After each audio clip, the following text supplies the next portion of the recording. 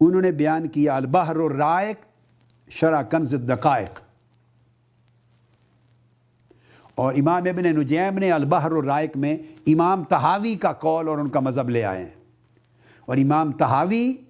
جو سب سے پہلے امام اعظم یعنی امام ماتوریدی کے طریق پر، امام ماتوریدی کے بعد امام اعظم رضی اللہ تعالیٰ عنہ کے عقیدہ حنفیہ کے مطابق عقیدہ مرتب کرنے والے وہ امام طحاوی، اور سب سے بڑے حنفی محدث تاریخ اسلام کے، سب سے بڑے حنفی محدث تاریخ اسلام سے پہلے اور بڑے،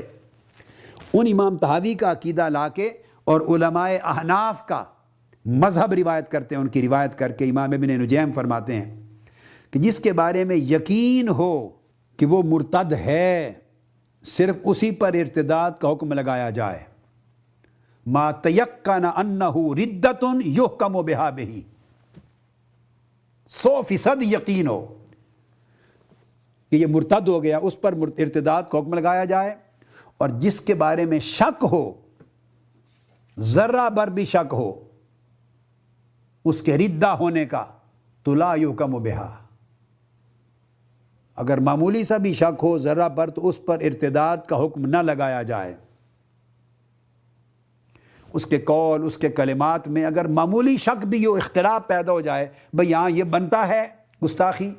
کوئی کہے نہیں بنتا بھئی، اس میں یہ مختلف معنی کا احتمال ہے، اس میں یہ معنی ہے، اس کا اشارہ ادھر ہے، دوسرا کہے نہیں ہے، جس میں شک پیدا ہو جائے کہ یہ مرتد اور کافر ہوا یا نہیں ہوا، تو امام ابن نجیم الحنفی اور امام طحاوی کا قول، احناف کا مذہب یہ ہے اس پر حکم ارتداد کا اور کفر کا نہ لگایا جائے، کیونکہ فرماتے ہیں اذ الاسلام ثابت لا یزول بالشک، کہ اسلام ثابت ہے اور شک کے ذریعے کبھی وہ زائل نہیں ہوتا۔ اور پھر امام ابن نجیم فرماتے ہیں وَيَنبَغِي لِلْعَالِمِ اِذَا رُفِعَ إِلَيْهِ هَذَا أَن لَا يُبَادِرَ بِتَكْفِيرِ أَهْلِ الْإِسْلَامِ،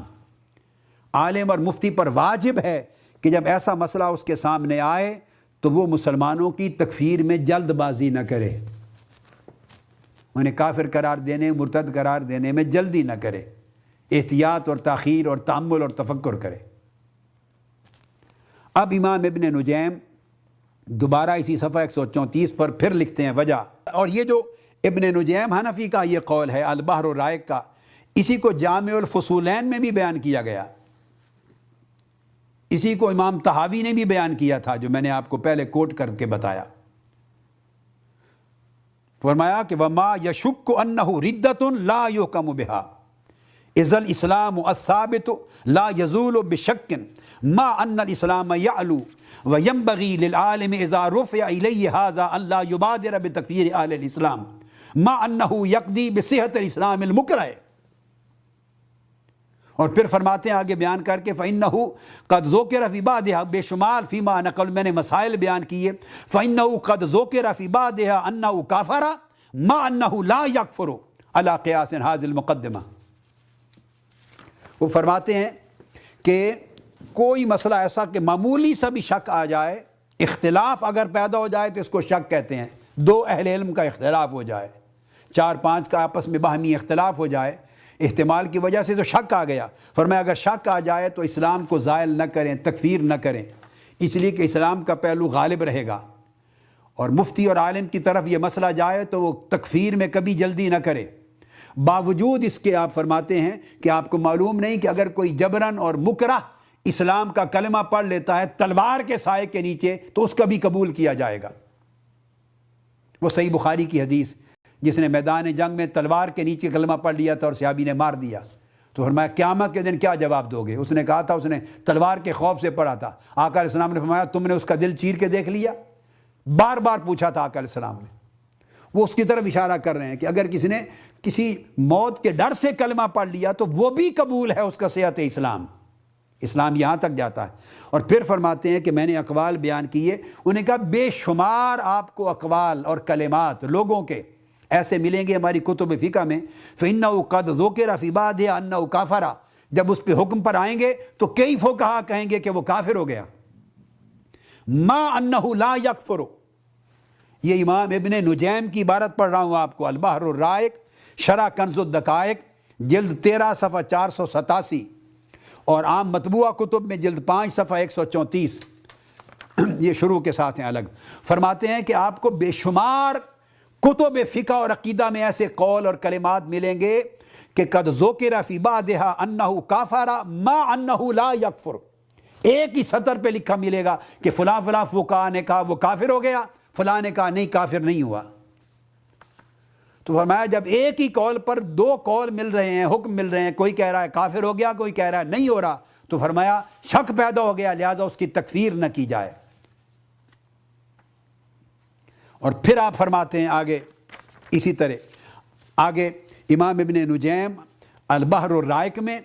اور اسی طرح امام یوسف بن احمد الخوارزمی الفتاوی الصغریٰ میں آگے بیان کرتے ہیں، جلد 5 صفحہ 134 البحر الرائق کا اور فتاوی صغریٰ میں فرماتے ہیں الکفر شیء عظیم فلا اجعل المؤمن کافرا متی وجدت روایتا انہ لا یکفر۔ ہمارے ائمہ احناف فرماتے ہیں کہ لوگوں کسی پر کفر کا حکم کرنا شیء عظیم ہے، بہت بڑا امر ہے۔ کفر کہہ دیا مطلب امت محمدی سے خارج، ملت اسلامیہ سے خارج، کافر، مرتد، واجب القتل، نہ جنازہ نہ دفن، اتنا بڑا حکم لگانا۔ فرماتے ہیں کہ خود اب امام ابن نجیم فرماتے ہیں اور امام خوارزمی فرماتے ہیں کہ فلا اجعل المؤمن کافرا، میں کسی ایسے کلمہ پڑھنے والے مسلمان مومن کو کافر نہیں کروں گا۔ کب؟ متی وجدت روایتا انہ لا یکفر، اگر ایک روایت اور قول بھی مجھے مل جائے کہ وہ کافر نہیں ہوا تو اس ایک روایت پر بھی اعتماد کر لوں گا اور تکفیر نہیں کروں گا۔ اسی طرح امام ابن نجیم حنفی نے پھر البحر الرائق شرح کنز الدقائق جلد 5 صفحہ 134 میں اگلی بات بیان کی ہے، اور وہ فرماتے ہیں، اور یہ خلاصۃ الفتاوی میں بھی بیان ہے، وہ فرماتے ہیں وفی الخلاصہ، کہ خلاصہ اور جامع الاصغر میں بھی آیا ہے۔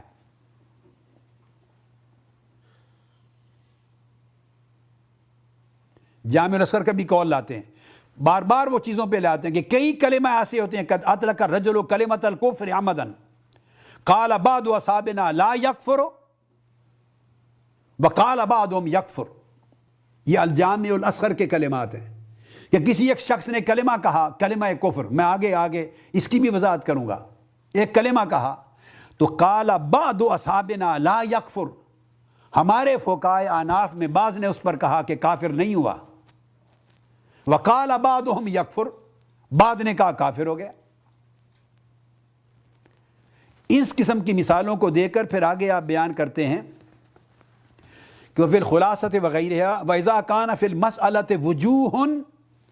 توجب التکفیر ووجہ واحد یمنع التکفیر، فرماتے ہیں اگر ایک مسئلہ یا قول کسی کا کلمات ایک کیس آپ کے سامنے آئے جس میں بہت سے اسباب اور وجوہ اور دلائل، وجوہ ایسے ہوں جو توجب التکفیر، جو اس کے کافر ہونے کو واجب کرتے ہیں، بہت سی وجوہ،